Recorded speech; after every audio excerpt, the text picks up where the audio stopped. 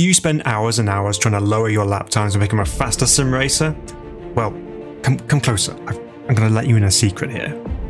To become a faster sim racer, you need to use data. No, don't fall asleep just yet, because what I'm going to show you is going to give you some real performance gains. Hi, I'm Phil from Sim Racing Bible, and today we're going to be looking at one of the most sophisticated pieces of data logging equipment for sim racing, VBOX Sim.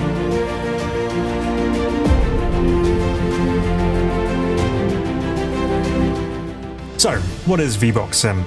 Well, made by a company called RaceRoom, one of the leading data logging companies in real-world motorsport, VBOX Sim uses real-world technology to actually harness all the power of the data that your highly advanced simulators are running to bring together all that information so you can see where you're losing out, where you're gaining time, and what you can do to try and improve your next lap. So today I'm going to show you where you can find it, what it can actually do for you, and how it can improve your lap time, as well as go through some good points and some bad points. So let's get into it. First up, where can I find it? Well, conveniently it's actually on Steam, so that means you can just go to the store page, search for VBOX Sim, and you'll find it from there.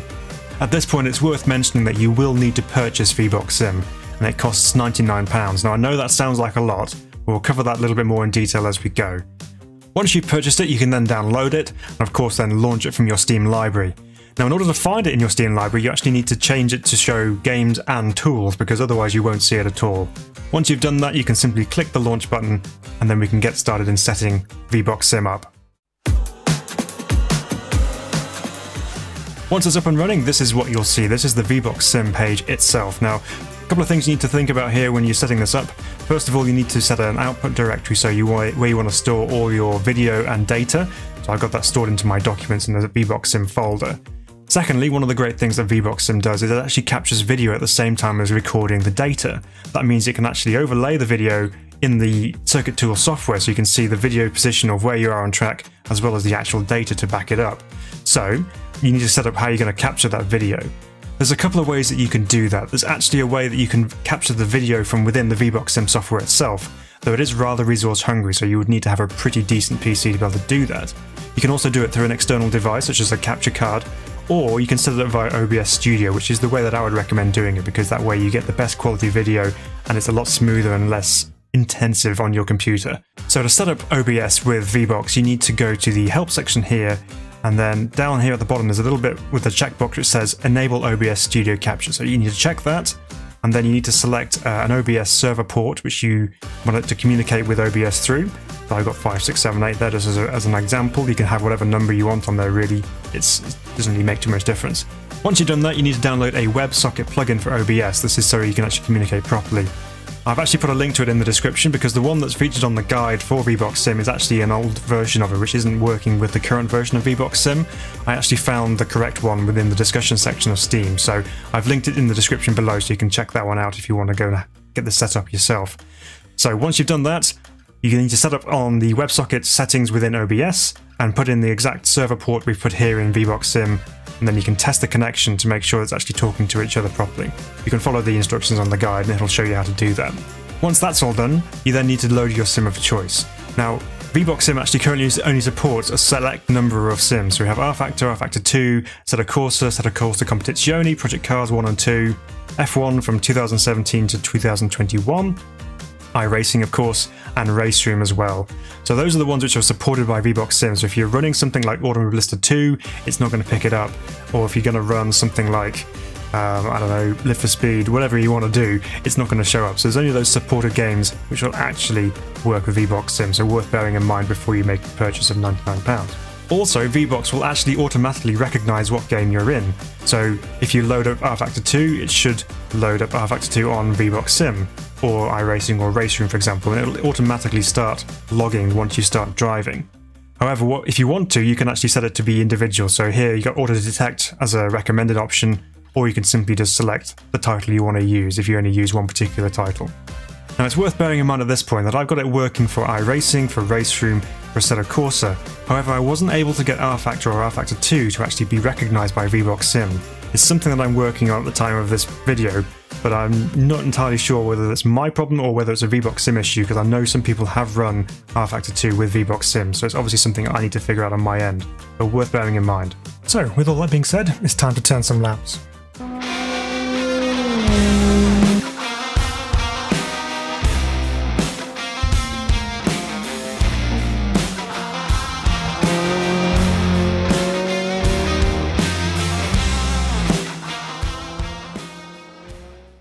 Okay, so I've driven a couple of laps of Silverstone National and RaceRoom racing experience with the new Mazda MX-5. I've just loaded up the Circuit Tool software, which is what you need to interpret all the data from VBOX Sim. And the first thing you're going to see is this screen here, which shows you the circuit, which obviously we can see here is Silverstone National. And here you can set yourself the start and finish line as well as the individual splits. So it's quite useful to show you this, because if I left click on there, that's where my start finish line is roughly. And as you can see, it's automatically populated a couple of splits in there, but I can actually change those if I want to. So by holding Control and Shift, I can actually right click on those splits and remove them as I need to. So I'll just get rid of all of those for now.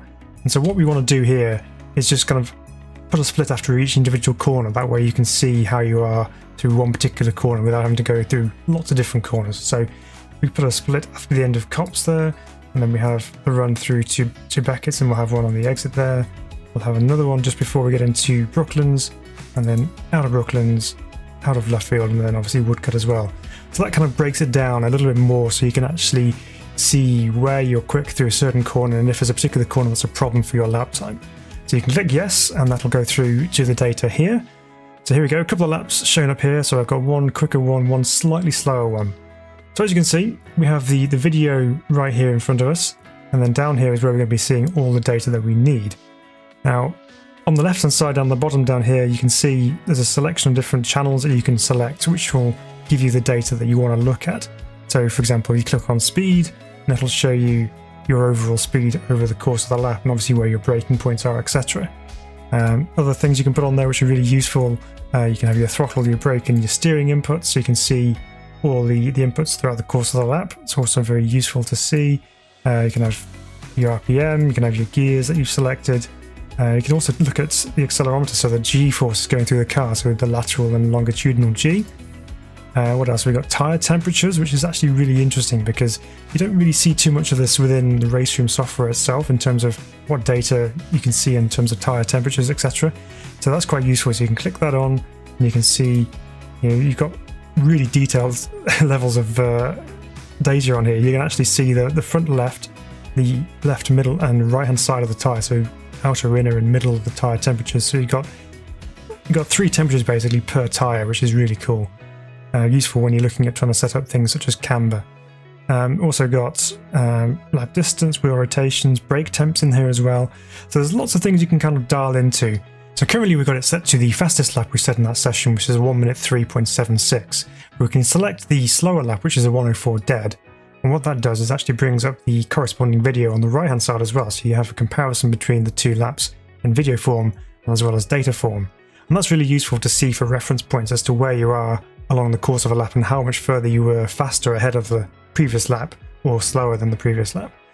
So let's have a look at some data to go along with this here now. So if we select speed, for example, you can see here we've got the 2 laps outlined on here, so the quicker lap being in red, the slower lap being in blue.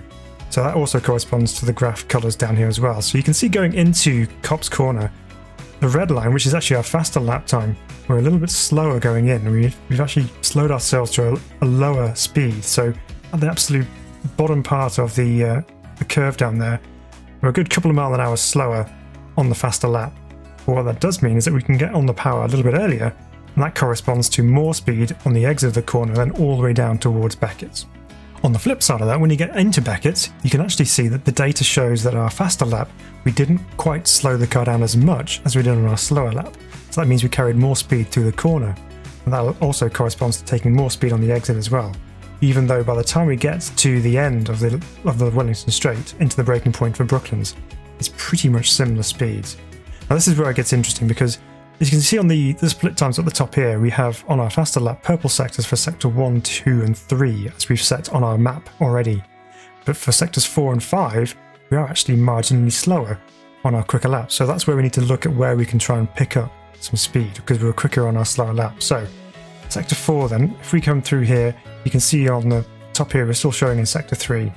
So let's scoot the timeline over a little bit. So here we are into sector 4. So we know that the two parts we need to worry about here is Brooklands and Luffield. That's where we're a little bit slower on our quicker lap. So what are we doing wrong here? So in terms of speed, we're coming in and we are maybe not quite slowing it down as much. You can see the blue line dips all the way down here. That slows it down to, what have we got there? About 62 miles an hour compared to 67 miles an hour. So we're going in about 5 miles an hour quicker on our faster lap, but that's not helping us out in the long run, because on our slower lap we were getting the car slowed down, but we are able to get back on the power and carry more speed towards Luffield itself. So when we're going in there a little bit too hot, we can probably see that maybe we're running ourselves out of road a little bit. So you can see on the video screen there where the position of the car is. So on the faster lap we're a little bit more over towards the right hand side of the circuit, whereas the slower lap we're a little bit more centrally positioned. So by slowing the car down a little bit more, you can see that we're getting ourselves in maybe a better position to get the power down on the exit and carry that speed through to Luffield corner. So when we get to Luffield, what's happening there? So you can see that the speed levels for our slower lap was actually a lot higher. That's because we got the power down earlier coming out of Brooklands. So we've approached Luffield at a higher speed, and then we've had to obviously scrub that off again to slow it down for the corner. But we're also bringing it down to a similar level at our low point, such as that there. So taking a look at the lines here as well, pretty similar, not too much difference in the lines. But what really makes a difference here is on the exits. You can see on our quick lap we've got a lot more speed coming off the corner, but that's still, you can see, kind of drops back a little bit. So you've got the speed rising, and then the curve doesn't carry on rising all the way up to the end here. It kind of dips a little bit. That's because when we got to the end of the corner, you can see the difference here. So the line on our quick lap, we're right up next to the gravel on the left hand side there, which means we're running out of road slightly. So there's a bit of a lift there just to kind of make sure we're not running off track. And that's obviously going to sacrifice speed all the way through Woodcut and over the line. Also at this point, it's worth bringing in the steering inputs, because if we take this back to the point where we were coming through the corner, take a look at the inputs on the steering wheel here. So you can see on the fast lap our steering angle is an awful lot more than it is on our slower lap. And that corresponds to speed on the exit, because if we've got so much more lock on, that means we can't carry the speed as quickly, and if we're straightening the wheels up, that means we can get on the throttle harder and carry that speed on the exit. So you can see here, this is our steering inputs, and there's a big discrepancy here. Most of the lap it's pretty similar, but this Luffield section is where it's really different. So our blue line down here, okay, we're on quite a bit of steering angle right there, but it quickly drops off and flattens out.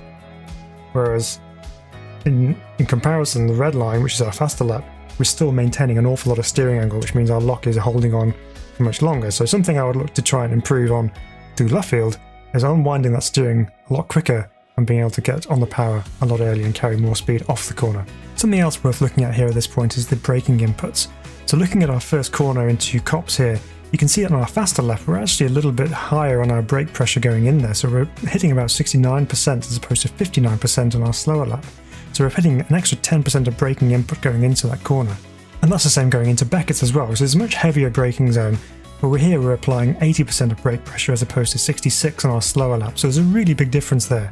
And that means we're able to slow the car down a lot quicker and then allow ourselves to get ourselves set for the corner and then apply the throttle on the exit to actually carry the speed all the way through. So it's very interesting to see the difference here between my braking inputs between the two laps and where it's actually working better. On the subject of pedals, we may as well have a look at our throttle inputs while we're here. Now this is going to be a little bit interesting. So you can see the throttle maps down on the bottom line down here. Kind of looks a little bit messy, but there are some things we can pick out from here. These sharp vertical lines are on the gear changes, so that you can ignore those really. But what we're looking at here is on the exit of turn 1 at Copse, you can see our red line, we've got ourselves off the throttle as we've got ourselves in on the brakes, but then we've been able to quickly apply the throttle all the way back up to 100% throttle very, very quickly. We can see on the blue line there's actually a little bit of a hesitation on the exit. That's possibly because we were carrying a little bit too much speed in and had to get off the throttle to make sure that we were going to make it through without running off track on the exit.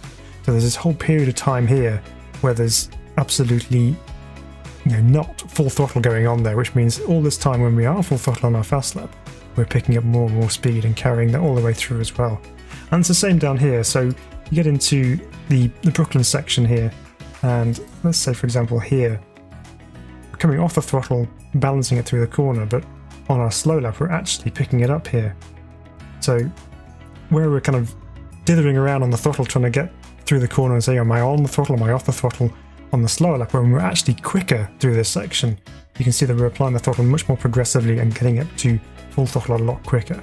That's something to bear in mind, and something you can work on is when you come off the throttle, obviously you're on the brakes, when you try and apply the throttle again, you want to be getting to the point where you can just apply it and keep applying it until it's full throttle without having to come off and on again, because that's when you start losing time, and also balance the car as well. So alongside all this extra data that you got down here that you can just play around with and get really involved with, you can go quite deep into it. You can zoom in on the graph, you can see it in fine detail as to what the data is showing you there. But aside from that, you also have what's called here an ideal time as well. So that takes all your best split times and puts them together, like you get in iRacing with the optimum lap time, I suppose. But you can have that obviously with RaceRoom, Assetto Corsa, whatever you want. So that's quite useful to see what your absolute best lap time would be if you put all your best sectors together. So there we have it. I hope you really enjoyed that. I certainly enjoy getting involved with the data side of things and just trying to see what it is that I'm doing wrong or what I'm doing right on track, so I can improve my lap times and become a quicker sim racer. So what about VBOX Sim? What do we like about it? Well, I like the fact that it's available for various different sims. So we've had data logging in sim racing for a little while now. iRacing have been having data loggers available with VRS for some time, but obviously that's very specific to that one particular sim. And if you don't drive iRacing, you can do RaceRoom, Assetto Corsa, whatever you want. So that's quite good in that way. It actually opens it up a little bit more to other people who may not use iRacing and want to go quicker. I also like how you can relate the data you see on the graphs to the actual physical view of what you have from the car, from the video. So it means that when you actually are in that position on track and you can see what your inputs are like and what the car's doing underneath you, you can kind of correlate it and understand a little bit more of what happened and why it happened. Not only that, but you can also integrate it with the real-life race logic lap timer, such as this one, and actually have it integrated so that you can see your lap time or predictive lap time as you have it mounted on your sim rig somewhere. So that's really neat. There are, however, a couple of downsides. One is that it's not the easiest of things to set up. Even though there are some guides out there to show you exactly what to do step by step, sometimes it just takes a little bit of fiddling around, and it's not just a plug and play, turn it on and off you go kind of situation. You do need to do some setting up in order to get the best out of it. Secondly, it is quite resource heavy as a program, so you do need to have a really decent PC to be able to actually run it properly and get the absolute best out of it. Otherwise, you might get some slightly laggy video which actually interrupts the overall feed and it doesn't work as well as you would like it to. So you need to have a really strong PC in order to actually fully utilise VBOX Sim. Of course, we do have to assess the elephant in the room, which is the £99 price tag associated with VBOX Sim. Now I know, as I said at the beginning, it does seem like a lot of money, but what you are getting is a top-line data logging system which will work with a variety of different sims, not just iRacing. But it does mean that you are going to have to spend that money up front. However, if you are serious about your sim racing and really want to get the most out of your driving, it is definitely something worth considering, because you will be able to find gains looking through the data and analysing where you're better or where you're stronger, or perhaps even where you're weaker. So it's something to consider going forward, but perhaps it's not for everybody, and it's not for the amateur sim racer who just wants to jump on, have some fun, and perhaps get a little bit quicker over time. So you have to kind of weigh it up as to how much you want to invest into your sim racing and if it's really worth it for you. Now, for clarity, I have been given a copy of VBOX Sim, which is what I've been using for this video, but I wanted to give you my honest thoughts and opinions on what I thought about this software and how it works and what the benefits are for it. So I hope you see that in the video, that they are honest thoughts and not just a blanket, this is amazing, you should go buy it right now. Anyway guys, I hope you enjoyed the video. We'll see you next time.